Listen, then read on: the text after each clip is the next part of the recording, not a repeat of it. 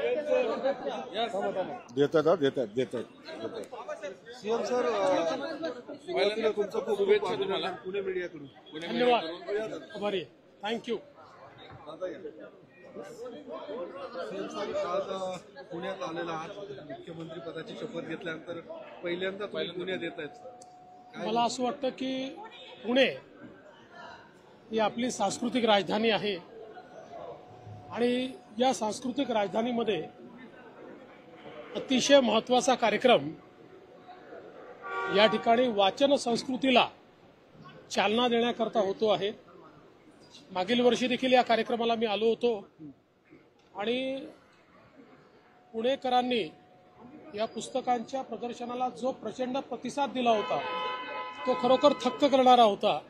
आणि म्हणूनच यावेळेस निमंत्रण मिळाल्यानंतर मी निर्णय घेतला की याला आलं पाहिजे. आणि म्हणून मला असं वाटतं की सांस्कृतिक राजधानीत अशा प्रकारच्या कार्यक्रमाने सुरुवात होते ही खरोखर मला अतिशय आनंदाची गोष्ट. रिंग रोड सारखे प्रोजेक्ट तुमचे ड्रीम प्रोजेक्ट राहिलेले आहेत, तुम्ही नेहमी करू ते काहींचे उद्घाटन रखडलीत. पुण्याचा अजेंडा काय असणार तुमच्यासाठी सीएम? पुण्याचा अजेंडा हा आम्ही गेल्या 2.5 वर्षात सेट केलेला आहे. आता त्या अजेंड्याला गती देणं हे महत्वाचं आहे. ती गती आम्ही देऊ.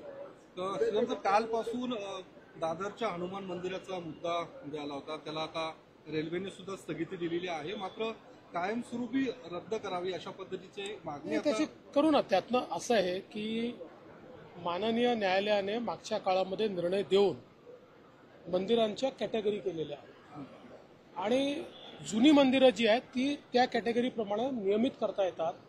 त्यामुळे रेल्वे प्रशासनाशी चर्चा करून त्या ठिकाणी आम्ही निश्चितपणे मार्ग काढू आणि त्यात जी काही नियमात आपल्याला तरतूद आहे त्यानुसार त्याचं नियमितीकरण करून घेऊ. हिंगोलीत काही फोटो समोर आले, त्याच्या चौकशीचे आदेश मी ऑलरेडी दिलेले आहेत. मंत्रिमंडळ विस्तारात उद्या होणार आहे, उद्या विस्तार होणार आहे. कार्यकर्त्यांची मागणी आहे. लवकरच तुम्हाला सगळी माहिती लवकरच उद्या विस्तार होणार आहे का?